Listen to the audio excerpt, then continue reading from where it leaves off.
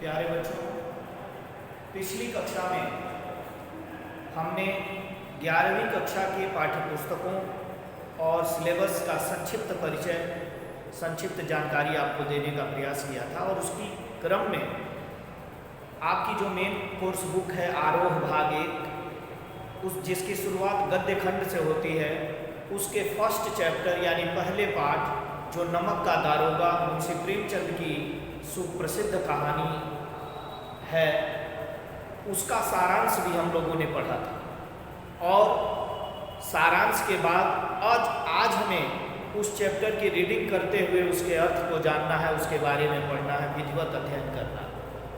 तो आप तैयार हो जाइए, अपनी आरोह की मेन जो कोर्स बुक है उसको लेकर के। आरोह जो मेन कोर्स बुक है जिसकी शुरुआत हिंदी गद्य खंड से होती है भाग 1 के रूप में, और पहला चैप्टर है नमक का दारोगा मुंशी प्रेमचंद की रचना। तो आप अपनी किताब लेकर के तैयार हो जाइए। मैं स्वयं रीडिंग करते हुए एक एक पैराग्राफ का अध्ययन करूँगा, उसका रीडिंग करूँगा और उसके बाद उसके अर्थ को समझाते हुए हम लोग आगे बढ़ेंगे। तो आइए अपनी किताब देखते हैं और पहला जो चैप्टर का पहला जो पेज है उसकी शुरुआत करते हैं। आप किताब में ध्यान देंगे, जब नमक का नया विभाग बना और ईश्वर प्रदत्त वस्तु के व्यवहार करने का निषेध हो गया तो लोग चोरी छिपे इसका व्यापार करने लगे। कवि लेखक कहना क्या चाहता है कि पहले के ज़माने में नमक पर कोई टैक्स नहीं था। आज के ज़माने में जितने तरह के नमक आपको की मार्केटिंग आपके समाज में हो रही है, वो सब व्यवस्थाएं नहीं थी। प्राकृतिक जो नमक थे उसकी खेती लोगों के द्वारा की जाती थी और वही उपयोग में लाया जाता था। लेकिन ब्रिटिश हुकूमत में उस नमक की उपयोगिता को देखते हुए ब्रिटिश सरकार ने उस पर भी टैक्स लगाया और नमक को बेचने और उत्पन्न करने के क्रम में उससे सरकार को आमदनी हो, ब्रिटिश हुकूमत को आमदनी हो, ऐसे में एक बाकायदा एक विभाग बना दिया गया जिसको नमक का विभाग कहा गया और उसमें तमाम तरह के पद बनाए गए, सिपाही से लेकर दारोगा तक और बड़े बड़े अधिकारियों तक का पद बनाया गया। और नमक जैसी उपयोगी और प्रतिदिन यूज होने वाली, प्रयोग होने वाली जो वस्तु थी, जो ईश्वर प्रदत्त वस्तु थी, उसको भी प्रयोग करने का, व्यवहार करने पर निषेध लगा दिया गया।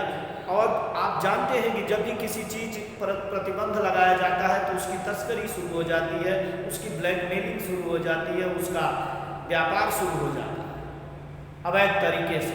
यही हुआ, चोरी छिपे लोग इसका व्यापार करने लगे। अनेक प्रकार के छल प्रपंचों का सूत्रपात हुआ। किताब देखेंगे, कोई घूस से काम निकालता था, कोई चालाकी से। अधिकारियों के पौ 12 थे। कहने का मतलब अधिकारी मालामाल हो रहे थे, किसी भी तरह से घूसखोरी वगैरह के द्वारा लोगों को राहत दी जा रही थी। अधिकारियों के पौ 12 थे। पटवारी गिरी का सर्व सम्मानित पद छोड़ कर लोग इस विभाग की बरकंदाजी करते थे। पटवारी गिरी उस जमाने में सबसे ज़्यादा ऊपरी आमदनी का पद माना जाता था, लेकिन उसको भी छोड़ करके लोग नमक के विभाग में जाना पसंद करते थे। इसके दारोगा पद के लिए तो वकीलों का भी जी ललचाता था। यानी लेखक ये दिखाना चाहता था कि उस जमाने में भी वकील का जो पद था काफ़ी सम्मानित और पैसे वाला पद माना जाता था, लेकिन वकीलों का भी जी ललचाता था दारोगा बनने के लिए नमक विभाग का। यानी इसमें ऊपरी आमदनी पर्याप्त थी और उसी वजह से इस पद को पाने की होड़ लगी रहती थी। यह वह समय था जब अंग्रेजी शिक्षा और ईसाई मत को लोग एक ही वस्तु समझते थे। फारसी का प्राबल्य था, अधिकता थी, फारसी ही प्रचलित भाषा थी। प्रेम की कथाएं और श्रृंगार रस के काव्य पढ़कर फारसीदा लोग सर्वोच्च पदों पर नियुक्त हो जाया करते थे। मुंशी बंशीधर भी जुलेखा की विरह कथा समाप्त करके मजनू और फरहाद के प्रेम वृतांत को नल और नील की लड़ाई और अमेरिका के आविष्कार से अधिक महत्व की बातें समझते हुए रोजगार की खोज में निकल पड़े। कहने का मतलब यह है कि मुंशी बंशीधर अपनी पढ़ाई समाप्त करते हैं और उसके बाद पढ़ाई समाप्त करने के बाद किसी रोजगार या नौकरी की तलाश में निकल पड़ते हैं। उनके पिता एक अनुभवी पुरुष थे जो वृद्ध मुंशी थे। समझाने लगे, बेटा घर की दुर्दशा देख रहे हो, ऋण के बोझ से दबे हुए हैं, लड़कियां हैं वह घास फूस की तरह बढ़ती चली जाती हैं, मैं कगारे पर का वृक्ष हो रहा हूँ, न मालूम कब गिर पड़ूं। अब तुम ही घर के मालिक मुख्तार हो, नौकरी में ओहदे की ओर ध्यान मत देना, यह तो पीर का मजार है। निगाह चढ़ावे और चादर पर रखनी चाहिए, ऐसा काम ढूंढना जहाँ कुछ ऊपरी आए हो। मासिक वेतन तो पूर्णमासी का चांद है, जो एक दिन दिखाई देता है और घटते घटते लुप्त हो जाता है। ऊपरी आय बहता हुआ स्रोत है, जिसमें सदैव प्यास बुझती है। वेतन मनुष्य देता है, इसी से उसमें वृद्धि नहीं होती। ऊपरी आमदनी ईश्वर देता है, इसी से उसकी बरकत होती है। तुम स्वयं विद्वान हो, तुम्हें क्या समझा? इस विषय में विवेक की बड़ी आवश्यकता है। मनुष्य को देखो, उसकी आवश्यकता को देखो और अवसर को देखो, उसके उपरांत जो उचित समझो करो। गरज वाले आदमी के साथ कठोरता करने में लाभ ही क्या है? लाभ ही लाभ है, लेकिन बेगरज को दाव पर पाना जरा कठिन है। इन बातों को निगाह में बांध लो, यह मेरी जन्म भर की कमाई। कहने का मतलब क्या कि मुंशी बंशीधर अपनी पढ़ाई समाप्त करते हैं, रोजगार और नौकरी की तलाश में निकलते हैं। उस क्रम में उनके वृद्ध पिता, जो वृद्ध मुंशी जी हैं, उनके पिता हैं, उनको अपने अनुभव और अपना उपदेश देते हैं, उनको ज्ञान देते हैं और उनके द्वारा तमाम तरह से ये बात बताई जाती है कि तुम ऐसी कोई नौकरी ढूंढना जिसमें तनख्वाह के अलावा ऊपरी आमदनी भी, क्योंकि उनका मानना था कि तनख्वाह आदमी देता है लेकिन ऊपरी आमदनी ईश्वर देता है और तनख्वाह से केवल बरकत नहीं होनी है। उसके बाद अपने घर परिवार की दशा के बारे में भी बताते हैं। ये भी बताते हैं कि मैं बूढ़ा हो चला हूँ, अब मुझसे परिवार का बोझ नहीं उठाया जा सकता। घर परिवार में लड़कियाँ सयानी हो रही हैं, उनकी शादी करनी है, घर परिवार की परिस्थितियों को संभालना है, वो सब तुम्हारी जिम्मेदारी है। तो तुम्हें ये चाहिए कि तुम कोई ऐसी नौकरी ढूंढना जिसमें ऊपरी आमदनी खूब हो, ताकि हम लोग काफ़ी अच्छे ढंग से अपने कर्ज से मुक्ति पा सकें, अपने घर परिवार की जो जिम्मेदारियां हों उसको आसानी से निपटाया जा सके। तमाम तरह से उनको समझाते हैं और यही उनके कहने का मतलब है, जैसा कि कहते हैं कि वेतन या तनख्वाह पूर्णमासी की चांद है। जैसे पूर्णमासी की चांद एक दिन पूरा भरा पूरा सुंदर दिखाई तो पड़ता है, लेकिन एक एक दिन करके वो क्षीण होता जाता है और अंततः अंधकार शुरू हो जाता है, वो विलुप्त हो जाता है। ठीक उसी तरह से उनका मानना है कि जो तनख्वाह होती है उसके भरोसे हमारी सारी आवश्यकताएं पूरी नहीं हो सकती। जैसा कि हर पिता, हर व्यक्ति अपने पुत्रों से इसी तरह की नौकरी और इसी तरह के आमदनी भरे परिवार की कामना करते हैं, वही एक पिता के रूप में वृद्ध मुंशी जी भी मुंशी बंशीधर से कामना करते हैं। लेकिन मुंशी बंशीधर ठहरा एक कर्तव्यनिष्ठ, पढ़ा लिखा, ईमानदार व्यक्ति। पिता की बात को सुनता तो है, लेकिन वह जानता है कि कर्तव्य निष्ठा और ईमानदारी का कोई मोल नहीं है, वह सर्वश्रेष्ठ है, वह सर्वोपरि है। और इस वजह से वो उनकी बात सुनने के बाद, आगे दूसरा जो पैराग्राफ है उसको देखें। इस उपदेश के बाद पिताजी ने आशीर्वाद दिया। बंशीधर आज्ञाकारी पुत्र थे। ये बातें ध्यान से सुनी और तब घर से चल खड़े हुए। इस विस्तृत संसार में उनके लिए धैर्य अपना मित्र, बुद्धि अपनी पथ प्रदर्शक और आत्मावलंबन ही अपना सहायक था। यानी अपने बलबूते अब एक अनजान सी दुनिया में नौकरी ढूंढने के लिए चल पड़े, लेकिन अच्छे शकुन से चले थे। जाते ही जाते नमक विभाग के दारोगा पद पर प्रतिष्ठित हो गए। वेतन अच्छा और ऊपरी आय का तो ठिकाना ही न था। वृद्ध मुंशी जी को सुख संवाद मिला तो फूले न समाये, महाजन कुछ नरम पड़े, तलवार की आशा लता लहलाई, पड़ोसियों के हृदय में सूल उठने लगे।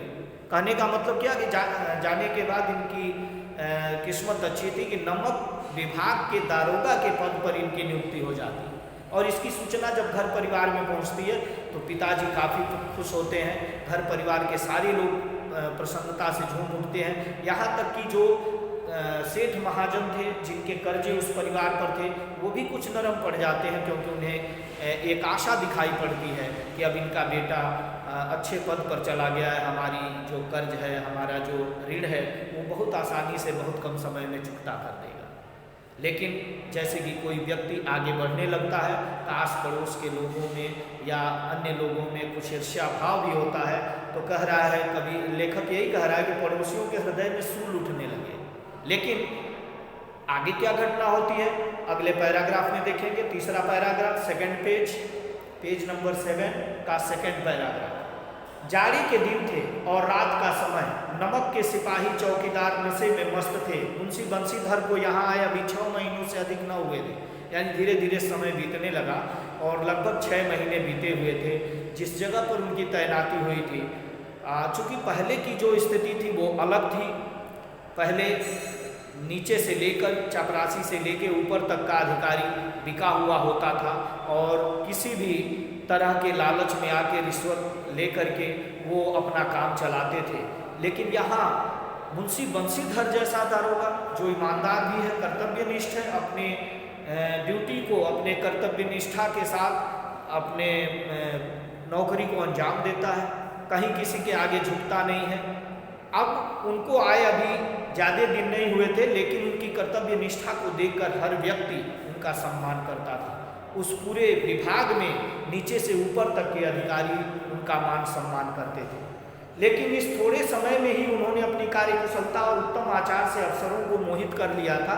अफसर लोग उन पर बहुत विश्वास करने लगे। नमक के दफ्तर से 1 मील पूर्व की ओर जमुना बहती थी, जमुना नदी बहती थी।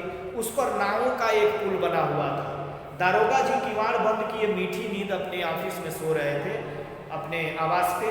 अचानक आंख खुली तो नदी के प्रवाह की जगह गाड़ियों की गड़गड़ाहट और मल्लाहों का कोलाहल रात्रि के समय सुनाई दिया, जबकि रात्रि के समय नावों से बना हुआ वो पुल बंद कर दिया जाता था। उठ बैठे, इतनी रात गए गाड़ियां क्यों नदी के पार जाती हैं? मन में प्रश्न करते हैं। अवश्य कुछ न कुछ गोलमाल है। तर्क ने भ्रम को पुष्ट किया।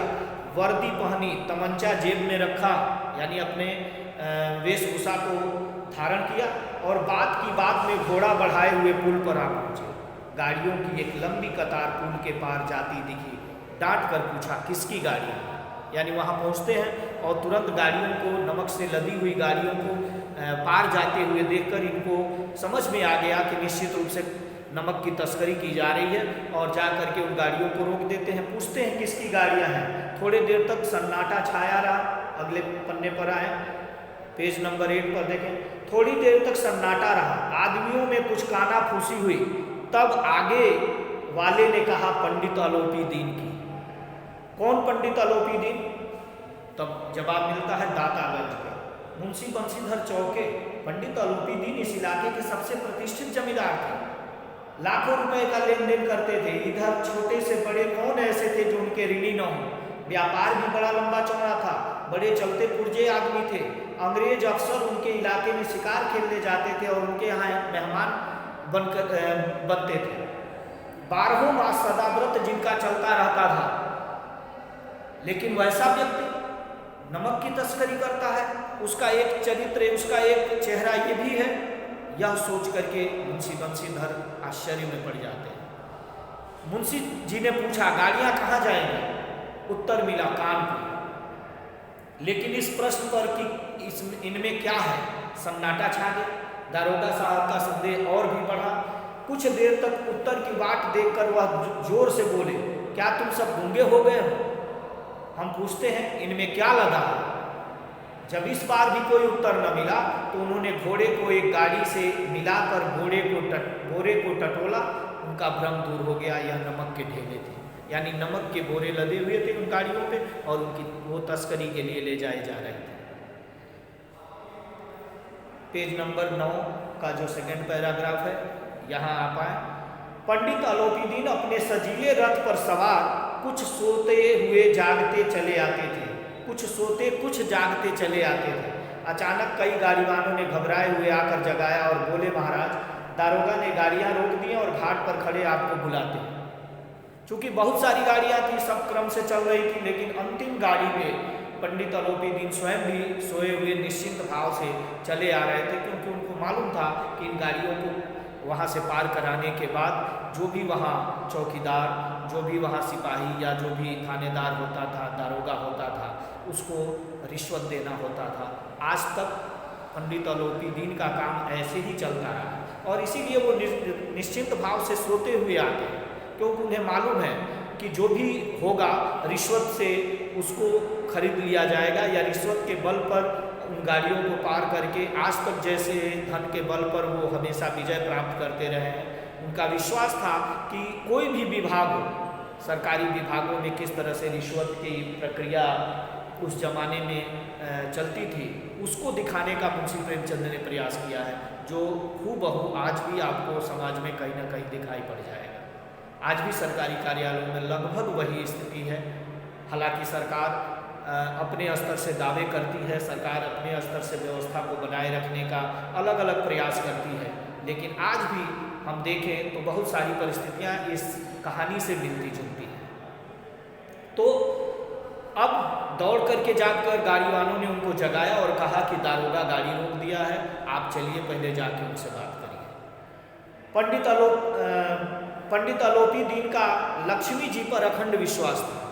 जैसा कि अभी पहले मैंने बताया, वह कहा करते थे कि संसार का तो कहना ही क्या, स्वर्ग में भी लक्ष्मी का ही राज है।